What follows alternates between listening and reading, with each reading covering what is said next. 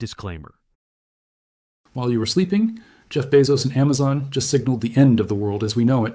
For the first time in history, a tech giant has stopped buying metal on the open market and started digging it out of the ground themselves. They aren't just buying copper, they are resurrecting a dead mine in Arizona because they know something you don't. The cloud is about to hit a physical wall. And that wall isn't made of code, it's made of copper and silver. Think of it like this. If copper is the skeleton and muscle of the global economy, silver is the nervous system. You cannot have an AI revolution with one and not the other. Copper carries the massive electrical load to the data centers, but silver is the only element on Earth conductive enough to handle the 2-nanometer chips that run the actual intelligence. Without copper, the lights go out. Without silver, the AI goes brain dead. And right now, Amazon is locking up the supply of both, leaving retail investors in the dust. As of this morning, January 23rd, 2026, copper is screaming toward $13,000 a ton, while silver is knocking on the door of $100 an ounce. This isn't a rally, it's a resource war. Amazon isn't using traditional mining. They're using bacteria and acid to eat through old waste piles just to find a few scraps of red metal. If the world's most sophisticated logistics company is resorting to bioleaching to secure their future, what do you think that means for the availability of your physical coins and bars by next month? In the next 10 minutes, I'm going to show you what the Rio Tinto Amazon deal really means, and explain why the silver solder shortage is the real reason tech stocks are looking so fragile today. The big money has already made its move. It's time you made yours. Let's start with what happened on January 20th, 2026. Amazon Web Services didn't just sign a supply contract with Rio Tinto. They took operational control of the Johnson Camp mine in Arizona using Rio Tinto's Newton technology. When was the last time you heard about a tech company doing something that oil companies do when they're preparing for a crisis? This isn't diversification. This is survival strategy. Here's what most people are missing. When your retirement account holds shares in companies building data centers, those companies are now facing a material they literally cannot guarantee access to without vertical integration. The spot market isn't reliable anymore. The futures market is showing backwardation that would make oil traders from the 1970s nervous. Amazon looked at the landscape and made the calculation that it's better to own a dormant mine in Arizona than to depend on global supply chains that are fracturing in real time. The bioleaching technology Amazon is using tells you everything about how desperate this situation has become. Traditional mining extracts copper from rich ore deposits. Bioleaching uses engineered bacteria to literally digest waste rock that was considered too poor quality to process decades ago. We're talking about using microorganisms to pull copper from material that previous generations threw away because it wasn't economically viable. That's not innovation for innovation's sake. That's what you do when you've run out of better options. Now let's talk about why silver isn't just important, it's irreplaceable in this equation. When engineers design the next generation of AI chips at 2-nanometer architecture, they face a conductivity challenge that no other material can solve. These chips operate at a level of density and speed where even microscopic resistance creates catastrophic heat and signal loss. Gold is stable, but not conductive enough. Copper is abundant, but can't match the performance requirements. Silver has the highest electrical conductivity of any element on Earth, and at these scales, that difference isn't marginal, it's make or break. The chips powering artificial general intelligence need silver not as an enhancement, but as a fundamental requirement. The connections inside these processors are so small, so precise, that only silver's superior conductivity prevents system failure. We're not talking about using silver where you could substitute other materials with some trade-offs. We're talking about a technological necessity that has no viable alternative at current performance targets. Here's where the demand multiplication happens. The new AI server racks being installed in 2026 generate heat that air cooling simply cannot handle. The industry tried to optimize fans and airflow, but physics doesn't negotiate. Liquid cooling is now mandatory, not optional. And liquid cooling systems require approximately 3 times more copper piping than air-cooled systems, plus specialized silver-containing fittings to prevent galvanic corrosion and that destroys the infrastructure. When different metals touch in the presence of liquid coolant, they create electrical currents that eat through connections. Silver acts as the neutral bridge that prevents this degradation. So every data center built for AI workloads doesn't just need more copper than before, it needs silver in applications that didn't exist 5 years ago. The solder connecting these cooling systems, the fittings that maintain pressure, the connections that can't afford to fail when you're running trillion parameter models 24/7, all of it requires silver. Amazon sees all of this and understands something most investors haven't grasped yet. They see a 17-year timeline to open new copper mines, according to industry data, compared to 10 years, just a generation ago. Environmental reviews, permitting battles, community opposition, these factors have made it nearly impossible to bring new supply online quickly. They see mines concentrated in countries that may not share American interests long term. They see a future where competitors might have access to chips and servers, but without the physical infrastructure to power and cool them, those machines are worthless. The Johnson Camp mine isn't just a hedge against rising prices. It's a strategic asset in what is becoming a resource competition that will define technological leadership for the next decade. And if Amazon, a company with virtually unlimited capital and some of the smartest logistics planners on the planet, feels the need to bypass the market entirely and resurrect dormant mines using bacteria, what does that tell you about where supply and prices are headed? Let's talk about what's already happened to these markets, because this isn't speculation. In 2025, copper prices rose 42%. That's not normal commodity volatility, that's a structural shift. But here's what should really grab your attention. While copper climbed 42%, silver surged 154%. Silver moved more than 3.5 times faster than copper. Why would silver move so much faster if they're both tied to the same technological trends? The answer reveals everything about where the real opportunity lies. Copper has large strategic stockpiles, government reserves, established recycling infrastructure. When prices spike, there are buffers that absorb shock. The market has deep liquidity and multiple sources of secondary supply. Silver has none of those safety valves. There's no lender of last resort for silver. Central banks sold off their silver reserves decades ago. The strategic stockpiles that existed during the Cold War are gone. What you see in the market is what you get, and when industrial demand surges, the price moves violently because there's nowhere else to find supply. Silver is a smaller, thinner market that amplifies every supply disruption. Right now, with copper knocking on $13,000 per ton and silver approaching $100 per ounce, we're watching that amplification in real time. The silver market is telling us something that copper's larger, more stable structure is masking. The shortage isn't coming, it's here, and it's accelerating faster than most analysts predicted. Think about your portfolio right now. If you're planning to retire in the next 10 years, you probably hold technology stocks, maybe index funds, perhaps some bonds. Do those holdings account for a world where the raw materials needed to build AI infrastructure are in structural deficit? Are you positioned for a scenario where companies that secured supply early, like Amazon just did, dominate while their competitors scramble? This isn't about predicting some distant crisis. Amazon's move on January 20th wasn't about preparing for problems in 2030 or 2035. This is about recognizing a transformation that's already in motion, one that institutional players are responding to right now while retail investors are still reading headlines about AI being the next big thing without understanding what AI actually runs on. The AI revolution is real, but it's not built in the cloud. It's built on metal pulled from the ground. Metal that takes years to refine, decades to find new sources of, and gets shipped through supply chains that are increasingly unreliable. The companies that control access to copper and silver will control the infrastructure that runs artificial intelligence. Everyone else will be renting access at whatever price the market demands. Amazon just showed you their hand. They're not betting on AI software. They're betting on securing the physical materials that AI cannot exist without. They're using bacteria to extract metal from waste rock because traditional sources can't meet demand. They're taking operational control of mines instead of trusting commodity markets. These are not the actions of a company that believes supply will sort itself out. The moves happening right now in late January 2026 are setting the stage for a repricing of these metals that will create massive winners and painful losers among investors who thought they were all riding the same wave. The question you need to answer is whether you are going to recognize what this signal means before copper crosses 15s, 1,000 and silver breaks through 120, or whether you're going to watch from the sidelines as the biggest resource shift since the oil shocks of the 70s plays out in real time. If this information is already shifting how you think about your investments, do me a favor and hit that like button right now. And if you want to stay ahead of moves like Amazon's before they become mainstream news, subscribe and turn on notifications. The institutional money doesn't wait for CNBC to explain what's happening, and neither should you. Now let's dive into the data that proves why this shortage isn't just probable, it's mathematically inevitable. Here's a number that should make every investor pause. According to S&P Global's report from January 8th, 2026, the world is facing a structural copper deficit of 10 million metric tons by 2040. Let me put that in perspective for you. 10 million tons is roughly equivalent to the entire annual copper production of Chile, the world's largest producer. We're not talking about a temporary shortage that gets resolved when 1 or 2 new mines come online. We're talking about a gap so large that even if every planned mining project succeeds on schedule, which never happens, we still fall short by a margin that would have been unthinkable a decade ago.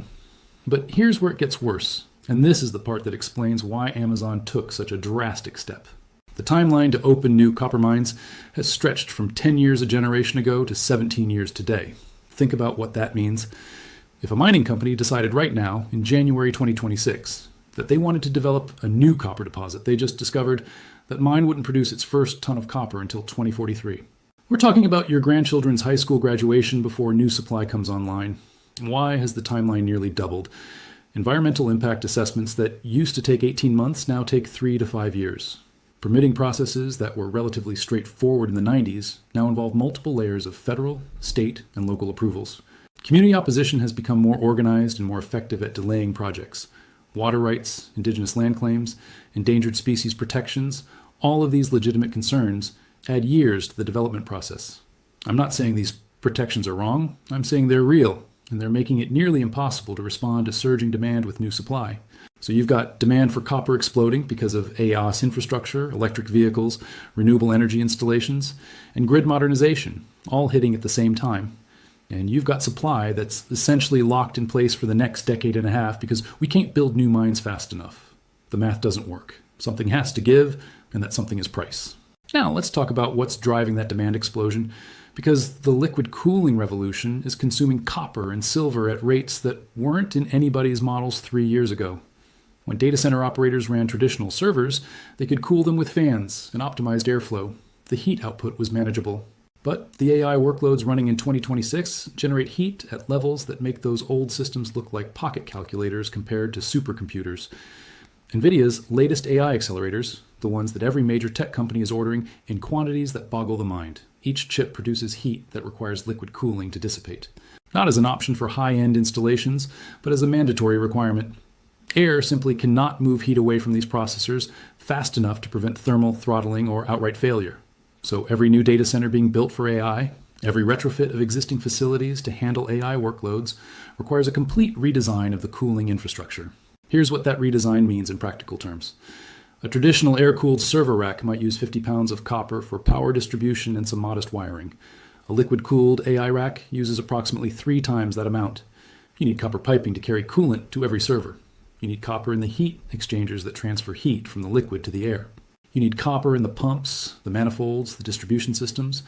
Every single rack multiplies the copper requirement by a factor that was ain't in the demand models when analysts were making their 5-year forecasts. And that's just the copper side of the equation. The silver requirements are even more critical because they're tied to a problem that most people don't even know exists. When you build a liquid cooling system with multiple types of metal in contact with each other, you create what engineers call galvanic corrosion. The liquid coolant acts as an electrolyte, and different metals have different electrical potentials. Put them in contact with each other in the presence of that electrolyte, and you've created a battery. Current flows, and the less noble metal literally dissolves over time. This isn't a theoretical problem that might happen eventually. This is a failure mode that destroys cooling systems in months if you don't design around it. The solution is to use transition metals, intermediate materials that bridge the gap between different metals and prevent the corrosive current from flowing. Silver is the industry standard for these applications because it's conductive enough to do the job, but noble enough not to corrode itself. The fittings, the connectors, the joints where copper pipe meets aluminum heat sinks, all of them require silver alloys to prevent system failure. So you've got 3 times more copper per rack, plus new silver requirements that didn't exist before liquid cooling became mandatory. And you've got hyperscalers like Amazon, Microsoft, and Google each planning to build out thousands of megawatts of new AI data center capacity over the next 5 years. Do the math on how many racks that represents, multiply by the metal requirements per rack, and you start to understand why prices are moving the way they are. Let me give you a concrete example of what this looks like on the ground. Microsoft announced in December 2025 that they're building a 500 megawatt AI data center complex in Iowa. 500 megawatts is enough electricity to power roughly 300,000 homes. That's not a data center. That's a small city's worth of power consumption dedicated entirely to running AI workloads. The cooling infrastructure for that facility will require copper measured in thousands of tons, not hundreds. The silver content in the fittings and connections will be measured in tons, not kilograms. And Microsoft isn't alone. Google has similar projects in Tennessee and Nevada. Amazon has their AWS expansion plans that include multiple facilities of comparable size. Meta is building AI training centers. Every major tech company is in an arms race to build the most capable AI infrastructure. And they're all drawing from the same limited pool of copper and silver supply. This is why Amazon made the decision to go directly to the source and control production. They looked at this competition and realized that depending on the spot market was too risky. Now here's where the price divergence from 2025 becomes really instructive about where we're headed. Copper rose 42% over the course of the year. That's a massive move for a major industrial metal, the kind of appreciation that usually only happens during global supply crises. But copper is a large, deep market with established recycling streams and strategic stockpiles. When price spikes, some of that demand can be met by recycling old wire, melting down pennies, pulling metal from electronic waste. It's not enough to prevent the price from rising, but it puts some ceiling on how fast it can move. Silver surged 154% in the same period. That's not just a faster move, that's a completely different magnitude of response to the same underlying demand drivers. And the reason is structural. The silver market is about 1/10 the size of the copper market in dollar terms.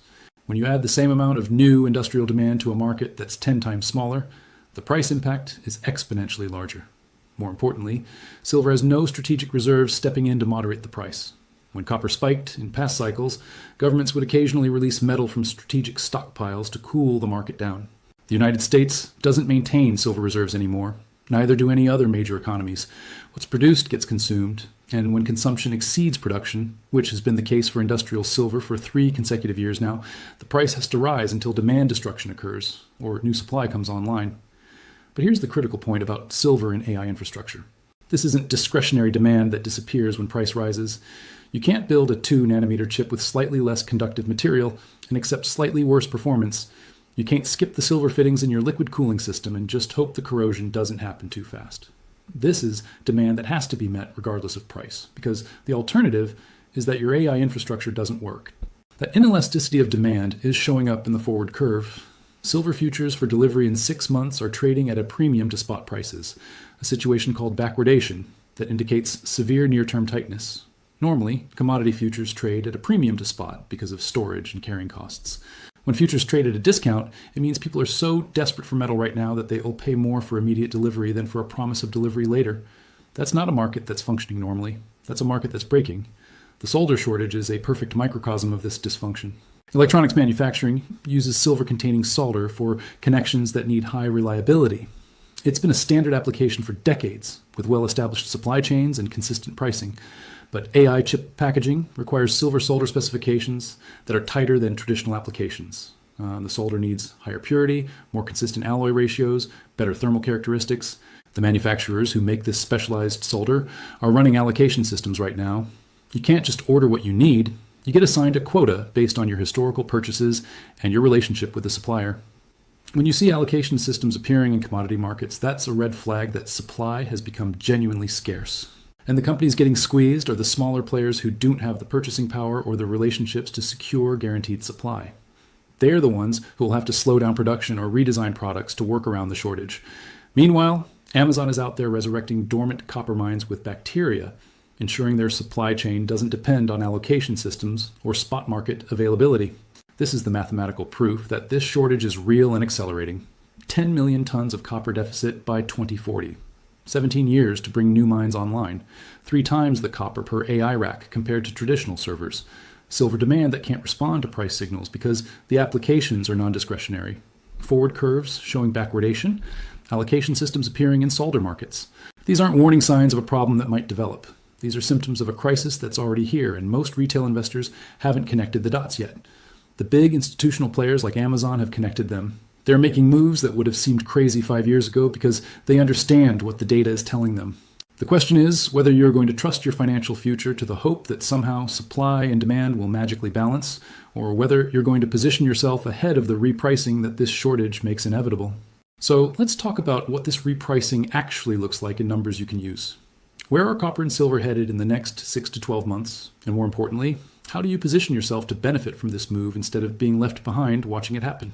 JP Morgan published their commodity outlook for the second quarter of 2026 on January 15th, and their base case has copper reaching $12,500 per metric ton.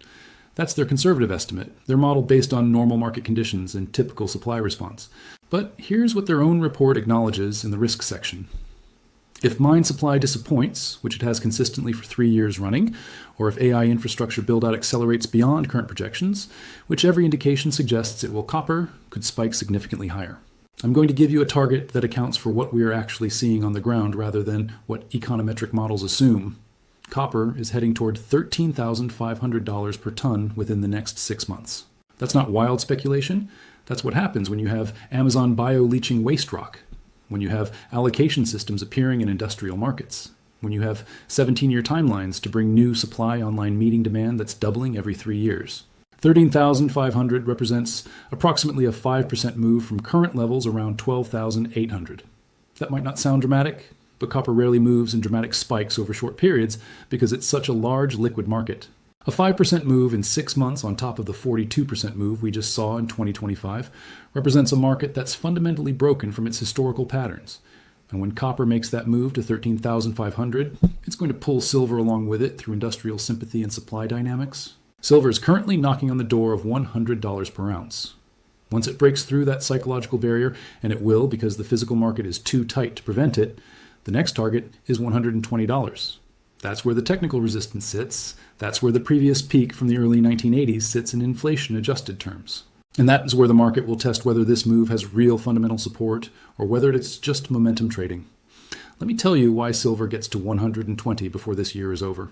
The industrial demand we've been discussing, the solar applications, the cooling system fittings, the chip manufacturing requirements, none of that is price sensitive in the way traditional commodity demand usually is.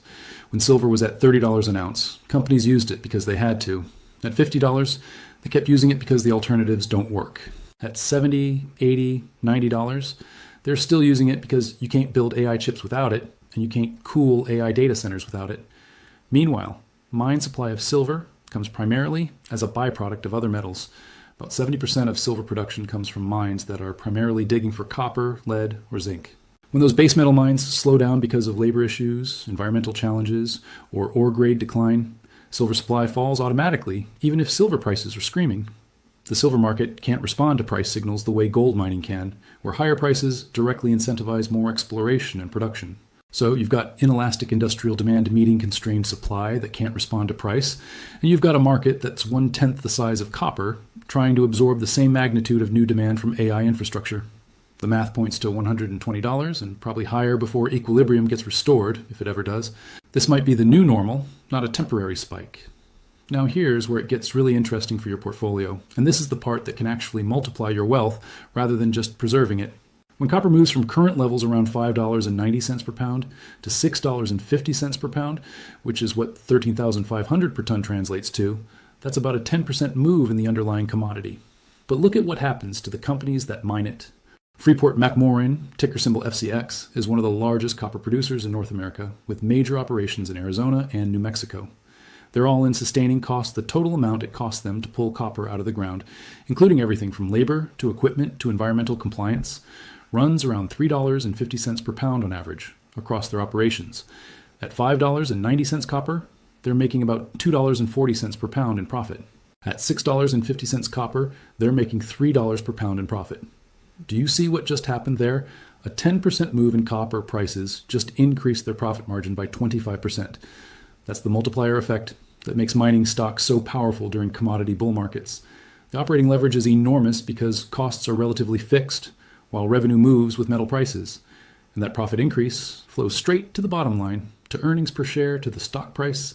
Historically, when copper enters a sustained bull market, mining stocks don't just match the percentage gains in the underlying metal, they multiply them by factors of 3, 4, sometimes 5 times. If copper rises 15% over the next year, a well-managed copper miner might see their stock rise 45 to 75% because of that operating leverage. And we're not talking about 15% copper gains, we're talking about a structural repricing that could push copper up 30 to 40% from current levels over the next 18 months. Taseko Mines, ticker TGB, operates the Gibraltar mine in British Columbia, one of the largest open-pit copper mines in Canada. They're a smaller company than Freeport, which means higher risk but also higher potential returns. When copper was trading at $4 per pound in 2023, TGB stock was under $1. As copper climbed through 2024 and 2025, TGB went to $2, then $3. Now it's trading around $4.50. The stock has already quadrupled, but copper has only climbed from $4 to $5.90. The leverage is real. If copper hits $6.50 as I'm projecting, And if silver reaches 120, which pulls up polymetallic miners that produce both, stocks like Freeport and Taseko could see another doubling from current levels. That's not guaranteed. Market conditions matter, company-specific execution matters, but the fundamental setup is there. The companies that control supply in a market where supply is constrained and demand is surging are going to capture extraordinary profits.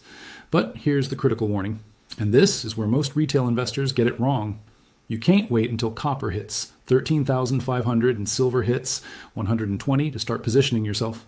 By the time those prices are on your screen, by the time CNBC is doing special reports on the copper shortage and silver's historic run, the mining stocks will have already made their big moves. The institutions buy on the fundamentals, on the data we've been discussing.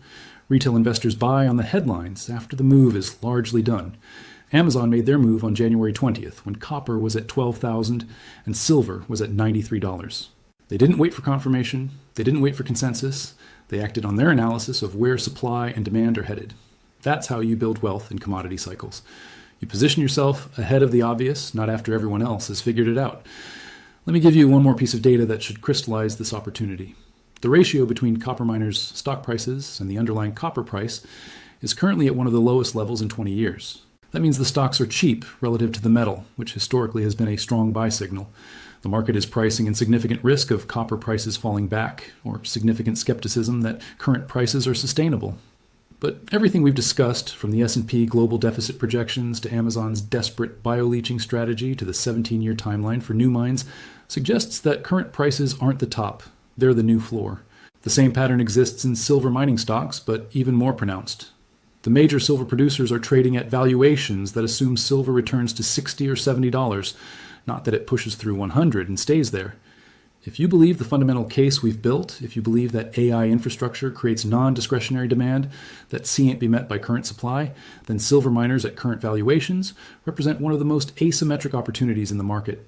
Now, I want to be crystal clear about something, because this matters for your financial future. I'm not telling you to bet your entire retirement account on copper and silver miners. I'm not suggesting you take reckless positions that keep you up at night. What I'm saying is that if you're not allocating at least some portion of your portfolio to benefit from this supply shortage, you're making an implicit bet that somehow the laws of supply and demand don't apply, that somehow technology will magically solve a problem that is fundamentally about rocks in the ground and the time it takes to extract them. The cloud isn't in the sky. It never was. The cloud is in the ground, in copper mines in Arizona and Chile and Peru, in silver mines in Mexico and Nevada. Every time you ask ChatGPT a question, every time you use AI to enhance a photo or summarize a document, you're drawing on infrastructure that requires physical metal. That metal has to come from somewhere, and right now, there isn't enough of it to meet the demand that's coming. Amazon figured this out and took control of a mine. Microsoft, Google, Meta, they're all doing versions of the same calculation, trying to secure supply chains that can't be secured through normal market channels anymore. These are the smartest, richest, most analytically sophisticated companies on the planet, and they're all scrambling for the same constrained resources.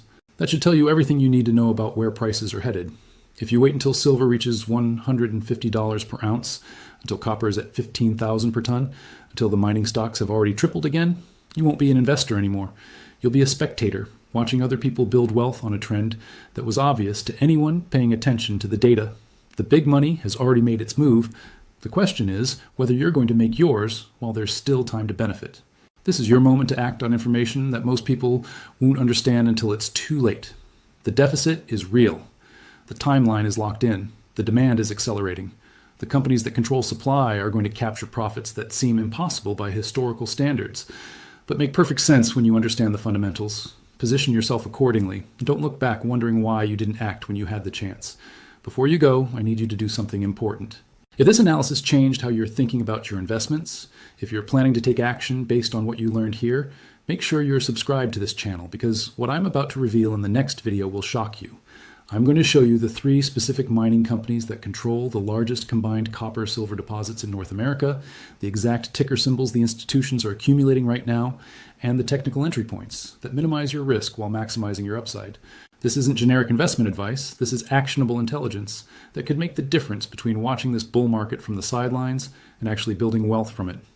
Subscribe, hit the notification bell, and I'll see you in the next one where we go deep on the specific plays. Don't miss it.